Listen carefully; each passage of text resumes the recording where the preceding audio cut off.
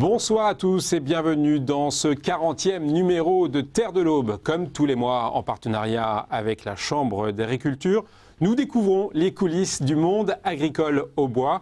Les stars du mois dans cette émission sont les veaux, vaches, cochons et agneaux. Vous l'avez compris, l'élevage au bois est à l'honneur. Lorsque nous buvons un verre de lait, dégustons un steak frites, il s'agit peut-être de produits au bois. Grâce à nos invités et à des reportages signés Christian Viera, nous allons découvrir une filière très dynamique. Je vous laisse découvrir le sommaire. Le département de l'Aube est-il une terre d'élevage? Nous verrons comment éleveurs et chambres d'agriculture s'associent pour maintenir l'activité en réalisant des économies. On est obligé, de toute façon on n'a plus le choix, hein. Les marges étant très très basses, on est bien obligé de faire des économies et se rassembler de toute façon c'est toujours bon. Ces éleveurs travaillent rarement seuls, amélioration du cheptel, prévention des risques sanitaires. Nous découvrirons les coulisses de l'élevage au bois. Que le bovin, proportionnellement à l'humain, est nettement moins bien fait au niveau respiratoire. Il est insuffisant respiratoire, ce qui fait qu'il a besoin de respirer en permanence un air très propre, sans courant d'air, de manière à ne pas attraper de pathologies respiratoires importantes. Lait ou viande, comment fonctionnent les filières dans le département? Réponse avec nos invités. Aujourd'hui, autour de cette table, nous recevons tout d'abord Jean-Louis Deck, responsable élevage départemental pour le réseau Alizé. Bonsoir. Bonsoir. À vos côtés, Alain Boulard, président de la commission d'élevage de l'Aube, vice-président d'Alizé et président du GDS. Bonsoir. Bonsoir. On expliquera tous ces sigles et ces noms durant l'émission, évidemment. Et à vos côtés, enfin, Frédéric Lochet, éleveur et membre du conseil d'administration de la Kayak et d'Alizé. Bonsoir à vous également. Alors, Jean-Louis Deck, première question. L'Aube a plutôt la réputation d'être une terre de culture, de grande culture. Est-ce qu'on peut établir la cartographie de l'élevage au bois? Quel type d'animaux pour quel type de cheptel? Bien oui, Fabrice, comme vous l'avez dit en introduction, un agriculteur sur 3 aujourd'hui a encore une activité d'élevage sur le département. Alors l'idée reçue comme quoi il n'y a plus d'élevage sur le département est effectivement fausse. On a encore de l'élevage dans pratiquement tous les cantons du département, un élevage très diversifié entre les poulets, les porcs, les bovins laits, les bovins viande, les moutons. Pour produire quoi? Pour produire du lait, effectivement, puisque c'est la principale activité aujourd'hui d'élevage sur le département. Produire de la viande bovine, mais produire également de la viande ovine avec l'agneau de l'Aube, et puis produire du poulet, et de la viande de poulet, de la viande blanche, porc. Entre la production de lait et la production de viande, quelle proportion? Grosso modo, aujourd'hui c'est 50-50, enfin Alain tu me diras, c'est 50-50 à peu près sur la production. D'accord. Voilà. Et Frédéric Lochet, pour compléter, est-ce que l'activité d'élevage pour l'exploitant agricole, c'est une activité de complément ou pas? Alors, ça dépend comment on voit les choses. C'est une activité de complément, c'est vrai, quand elle est minoritaire sur l'exploitation. Mais je pense que c'est une activité complément entre les productions grande culture et la production animale. La valorisation des fumiers, les bandes enherbées, la valorisation de l'herbe, la main-d'œuvre disponible sur l'exploitation font que sur une exploitation, effectivement, l'élevage peut être un très bon complément à l'atelier grande culture, surtout quand celui-ci est majoritaire. C'est pour ça qu'il reste cet élevage assez important, c'est qu'il a une utilité pour beaucoup de... Il a une utilité agronomique parce qu'on sait qu'il y a des sols qui, en grande culture, n'obtiendraient pas les marges que l'on peut faire en grande culture par rapport à de l'élevage. Et puis il y a des choix. Il y a des éleveurs qui ont choisi de faire de l'élevage alors que d'autres ont choisi d'abandonner. Il y a aussi la question choix. Alors, Alain Boulard, finalement, je crois qu'il y a des éleveurs qui travaillent ensemble au sein de Alizé. Donc, Alizé, Aube, Loiret, Yonne, service aux éleveurs, voilà pour le sigle. Alors, qu'est-ce qui explique le rapprochement entre ces 3 départements ? Ce rapprochement, il est historique, parce qu'on avait l'habitude de travailler au sein de la Kayak, c'est-à-dire la Kayak, c'est une coopérative qui regroupe les 3 départements, qui œuvre pour l'amélioration du cheptel sur ces 3 départements. Donc la volonté des chambres et de la Kayak a été aujourd'hui de continuer sur cet axe, de travailler ensemble et d'utiliser les moyens qui étaient ceux de la Kayak auparavant. Donc de regrouper. La restructuration de l'élevage est telle aujourd'hui qu'il faut remettre tous les moyens ensemble des 3 départements pour travailler au maintien vraiment avoir techniquement des gens hyper compétents sur le terrain. Christian, donc on le voit dans cette filière de l'élevage au bois, il y a une volonté de s'organiser, d'être assez solidaire. On va justement aller un peu plus loin pour savoir à quoi ressemble Alizé.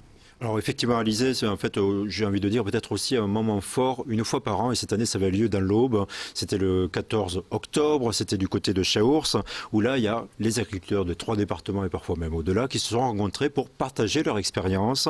Alors le thème choisi cette année, c'est important, on va y revenir, c'est maîtriser les coûts de production en élevage. Alors il y a aussi la Chambre d'agriculture qui était présente, ça va de soi, et on va voir justement ses conseils, sur quoi ils portent, et on va voir aussi comment la Chambre d'agriculture accompagne tout au long de l'année ses éleveurs. Plus de 300 agriculteurs ont participé à Alizé, venus de Lyon, du Loiret ou de l'Aube. 4 fermes ont ouvert leurs portes. Objectif, échanger entre professionnels pour maîtriser les coûts de production en élevage. Là où c'est intéressant, c'est surtout sur des filières lait où le bio est déjà la filière est relativement bien organisée. Après, au niveau viande, on a pour l'instant une valorisation qui est encore légèrement minime. J'envisage d'avoir un projet en bâtiment, de passer de l'air paillé en logette. Ça donne des idées pour faire des constructions, pas faire de bêtises. Faire en sorte que les éleveurs puissent s'en sortir mieux et avoir une meilleure rentabilité sur leur production aussi bien viande que lait. On est obligé, de toute façon on n'a plus le choix, hein. Les marges étant très très basses, on est bien obligé de faire des économies et se rassembler de toute façon c'est toujours bon. Quand j'ai pas de vache, je suis pas à l'aise, c'est bien avec moi. Ces échanges professionnels et précis ont lieu une fois par an dans le cadre d'Alizé. La Chambre d'agriculture est également présente. Cerise Contou est chargée de mission énergie. Elle conseille les éleveurs tout au long de l'année pour réaliser des économies, carburant, mais aussi dès la traite lors du stockage du lait. Qui est produit à environ 37 degrés en sortant du pied de la vache, doit être refroidi à 4 degrés. Donc on imagine que c'est une dépense électrique importante. On peut être aidé pour mettre en place un petit appareil, un appareil assez simple qui joue le rôle d'échangeur de chaleur. Et donc le tank qui a pour rôle de refroidir ce lait va dépenser moins d'énergie vu qu'il arrive à une température abaissée d'environ 10 degrés. Ça permet d'abaisser environ de 20 à 25% la consommation d'électricité. Cet éleveur souhaite investir dans un robot de traite qui lui permettra de libérer du temps. Après calcul, il doit augmenter son cheptel de 50 vaches pour que cette opération soit rentable. Servir de lien entre les banques, les experts agricoles pour assister l'exploitant, telle est l'une des tâches permanentes de la Chambre d'agriculture. Une expertise complète au niveau de son exploitation, aussi bien au niveau technique, au niveau économique que financier. C'est la notion de boîte à idées, c'est d'explorer différentes pistes. Après, en fonction des sensibilités de l'agriculteur, il dit je sens ou je sens pas le projet. C'est lui qui fait le choix. Mais on est dans une démarche de prospection. Chaque semaine, 5 à 6 dossiers d'accompagnement sont suivis par la Chambre d'agriculture. Alain Boulard, on a vu en début d'émission une petite cartographie de l'Aube. À présent, quelle est la situation des éleveurs? On entend que le prix du lait chute. On voit que le prix du porc il stagne, il est même très bas. On voit que le prix des céréales augmente, donc le coût de l'alimentation pour animal augmente. Finalement, est-ce qu'il est encore possible d'être éleveur aujourd'hui ? C'est une des principales raisons justement de la spécialisation des éleveurs dans le département. C'est que pour répondre aux conditions économiques du moment, il faut restructurer les élevages, augmenter les tailles des exploitations. C'est vrai qu'on le regrette un petit peu parce que aujourd'hui, on préférerait avoir beaucoup plus d'acteurs bien dans leur exploitation, sur des exploitations viables à taille réellement humaine. Aujourd'hui, il faut augmenter pour justement économiquement passer. Et c'est l'action que l'on voulait mener la journée du 14. On voulait vraiment remettre en avant ces aspects économiques. Et il n'y a que par l'économie, de toute façon, qu'une spéculation pourra rester viable dans nos régions en particulier. Quand vous êtes en Bretagne, vous vous posez pas tellement de questions. Vous êtes né éleveur, vous restez éleveur. Dans le département de l'Aube, vous avez le choix. Si vous retournez votre herbe, vous faites du blé. Non, il faut vraiment que les gens vivent bien de la spéculation d'élevage. C'est quand on n'aura plus que des hectares de blé dans le département, où sera la diversité, et puis à qui on fera manger notre blé. Ouais, et puis les paysages seront moins beaux également. Hein. Jean-Louis Deck, quelle est l'évolution du nombre d'éleveurs dans l'Aube? En diminution, en augmentation? Oui, effectivement, on assiste depuis maintenant une décennie à une diminution du nombre d'éleveurs sur le département, notamment du nombre d'éleveurs de bovins. On est passé de plus de 1000 éleveurs bovins il y a 7-8 ans à aujourd'hui à peine moins de 700 éleveurs de bovins. Par contre, ce qui est positif sur le département, comme le département de l'Aube, le dynamisme, on peut le mettre en avant par ce biais, c'est que le nombre de vaches en lui-même ne baisse pas significativement. Donc ça veut dire qu'on a une certaine spécialisation, comme le disait Alain, des éleveurs, avec des éleveurs qui deviennent de plus en plus importants. J'en veux comme illustration le nombre d'éleveurs laitiers aujourd'hui qui est en dessous du seuil de 200, mais avec plus de 60 vaches en moyenne. Donc vraiment des élevages importants. Et ça, c'est de bon augure pour l'avenir. Justement, parlons d'avenir avec vous, Alain Boulard. Voilà, si on doit faire des prévisions pour l'avenir de la consommation de lait et de viande dans le monde et en Europe, j'ai lu comme quoi ça allait, il allait y avoir un doublement de la production de viande d'ici 2050. Ça veut dire que pour vous, c'est bon. Est-ce que les éleveurs au bois sont-ils prêts à relever ce défi, quoi ? Il y a un réel besoin et il y a de tels atouts dans le département que l'on ne comprendrait pas que les éleveurs ne le relèvent pas. La présence notamment de toutes les unités de transformation et la présence de coproduits et de paille qui sont les éléments de base de l'élevage aujourd'hui permettent un développement énorme de l'élevage. C'est vrai que la volonté pour nous, ça a été toujours de ne pas réduire la capacité de production du département. Jean-Louis, vous citez la restructuration dans le domaine laitier, mais les 80 millions de litres de lait du département sont toujours produits dans le département, mais par moins d'éleveurs, dans moins de structures, mais ils sont toujours produits. Alors juste une question et une réponse rapide. Si la consommation double d'ici 2050, est-ce que dans le reste du monde on va consommer au bois ou bien ça va être de la viande importée ou comment ça va se passer selon vous ? On peut en tirer profit ?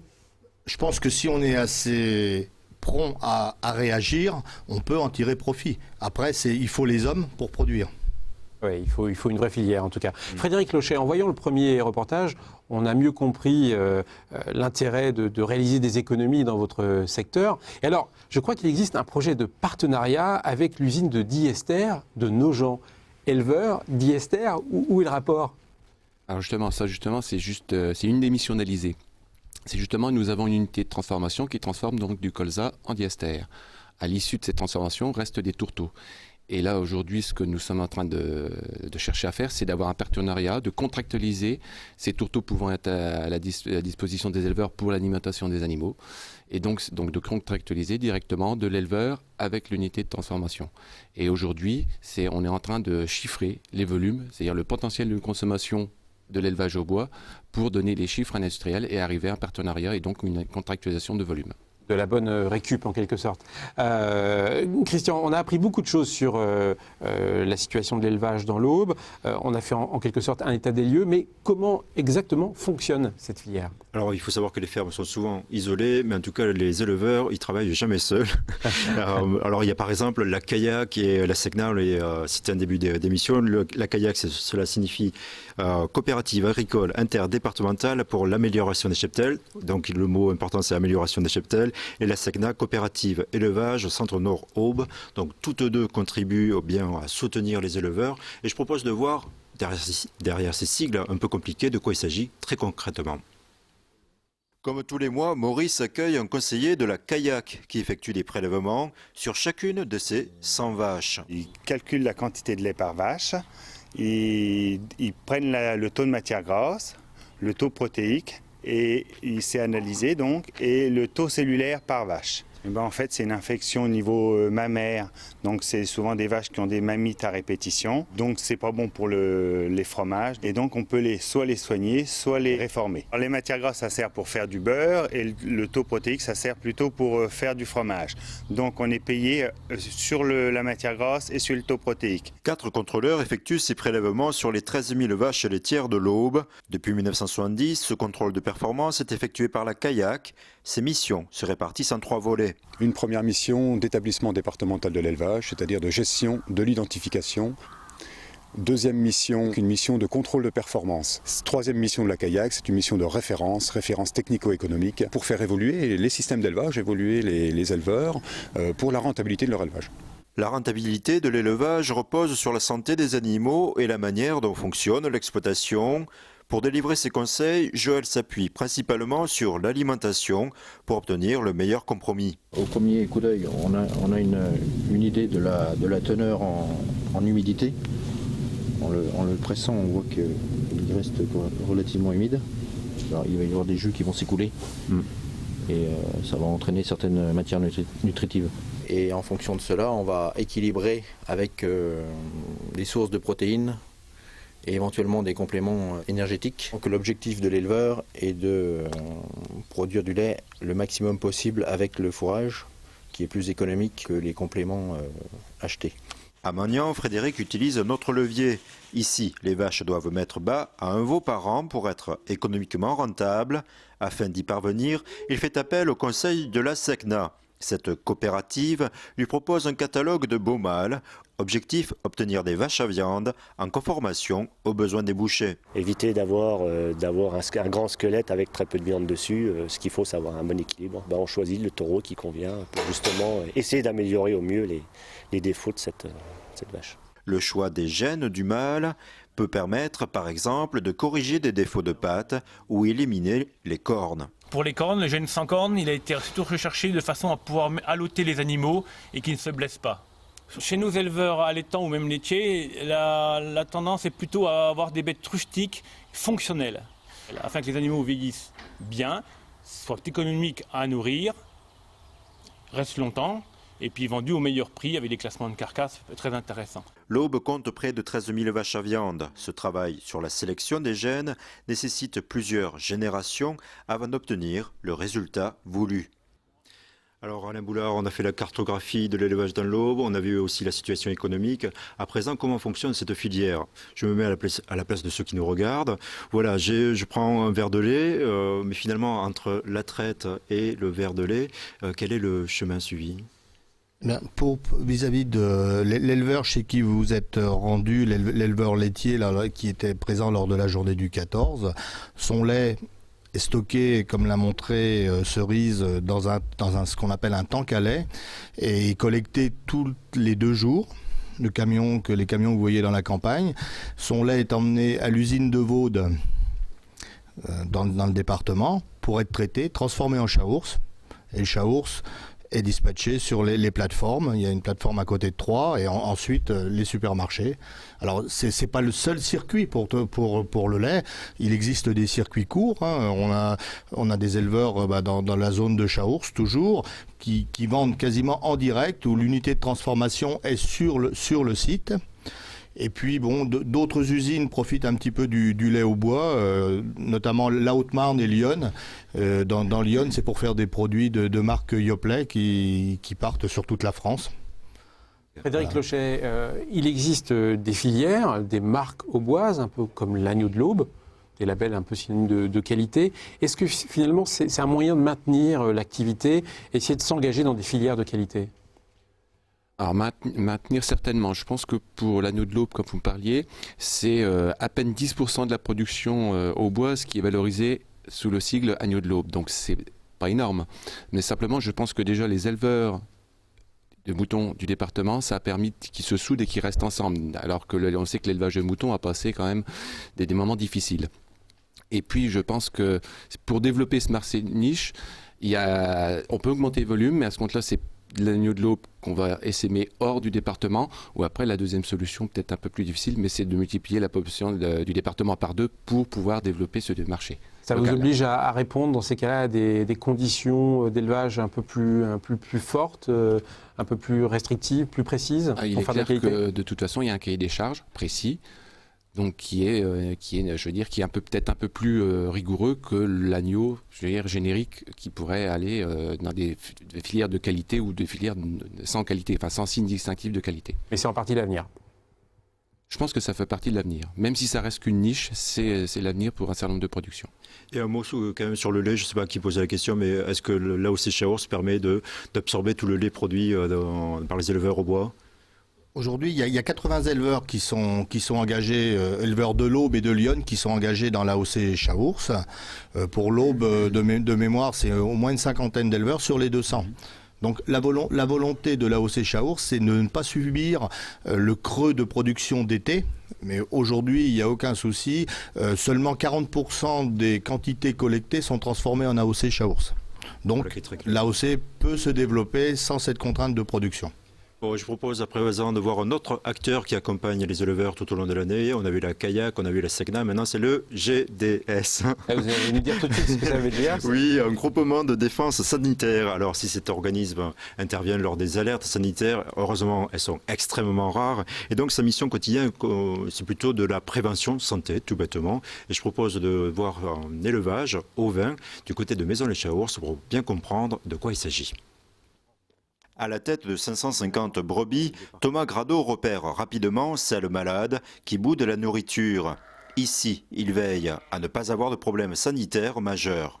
Nous, c'est surtout lors de l'agnelage, avec les problèmes éventuellement de mammites. Par exemple, une brebis qui a un agneau qui peut perdre son agneau. Après, elle continue à produire du lait, ça pose des complications.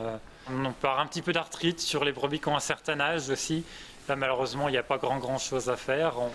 Et puis, on a droit à quelques problèmes pulmonaires. Là, quand les températures chutent brutalement. Pour éviter les coups de froid, il peut compter sur les conseils du groupement de défense sanitaire de l'Aube, le GDS. Au niveau de la ventilation, il est très important d'avoir un renouvellement de l'air sans avoir de courant d'air. Les bovins sont plus sensibles que les moutons à ces conditions-là, puisque le bovin, proportionnellement à l'humain, est nettement moins bien fait au niveau respiratoire. Il est insuffisant respiratoire, c'est qu'il a besoin de respirer en permanence un air très propre, pas trop chargé en humidité, le moins chargé en poussière, absent de gaz comme le méthane, comme l'ammoniac, et le moins chargé en bactéries et en virus. Donc il faut un renouvellement d'air en permanence, sans courant d'air, de manière à ne pas attraper de pathologies respiratoires importantes. La prévention avant tout. Le GDS délivre des conseils d'hygiène, d'alimentation ou comment lutter contre les parasites spécifiques aux animaux. Hormis la fièvre catarrhale, les vaccinations ne sont pas obligatoires. Toutefois, le GDS en recommande pour certains types d'élevage à titre préventif. En vaccinant une brebis avant l'agnelage, on enrichit son colostrum en anticorps. Le colostrum, c'est le premier lait. C'est un lait qui est très riche, qui est chargé en anticorps. Et comme l'agneau, quand il naît, il est incapable de se défendre tout seul encore contre les maladies, donc on lui fournit tout cru ces anticorps et qui va le protéger contre des maladies comme des diarrhées, des problèmes respiratoires, des problèmes d'arthrite. 90% des éleveurs bovins et 60% des éleveurs ovins adhèrent au service du GDS. Il appelle son vétérinaire quand il a une maladie classique qui lui arrive. Il appelle le GDS quand il sait qu'on fait quelque chose de particulier pour cette maladie-là, ou quand il veut un conseil supplémentaire. Là, c'est vraiment à la discrétion de l'éleveur, c'est lui qui choisit. On intervient chez un adhérent à partir du moment où il nous sollicite. Un adhérent qui a un problème, même qui est mineur, mais si pour lui il est important, s'il nous sollicite, on interviendra, on lui donnera des conseils, on l'aidera. Toujours dans cet esprit d'action de prévention santé, le GDS publie des flash infos et un journal afin d'aider les éleveurs à se préserver des épidémies. Alain Boulard, pour conclure, parlons d'avenir. En 2015, je crois que les quotas laitiers, c'est fini. Est-ce que vous y préparez dès aujourd'hui ? Bien sûr qu'on y réfléchit dès aujourd'hui. Les axes sont différents suivant les opérateurs, mais je pense qu'on ne pourra pas faire l'économie d'une grande réforme demain et d'une contractualisation importante entre les producteurs et les transformateurs.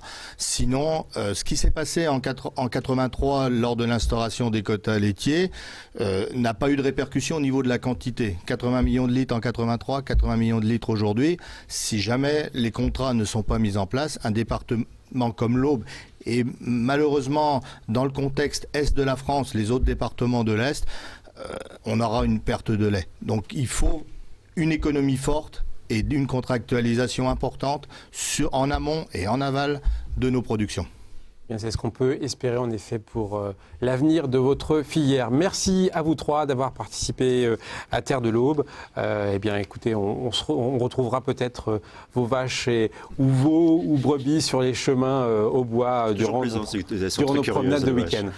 Merci en tout cas d'avoir participé à cette émission. Nous on se retrouve le mois prochain pour une nouvelle thématique, l'eau et l'agriculture. À très bientôt.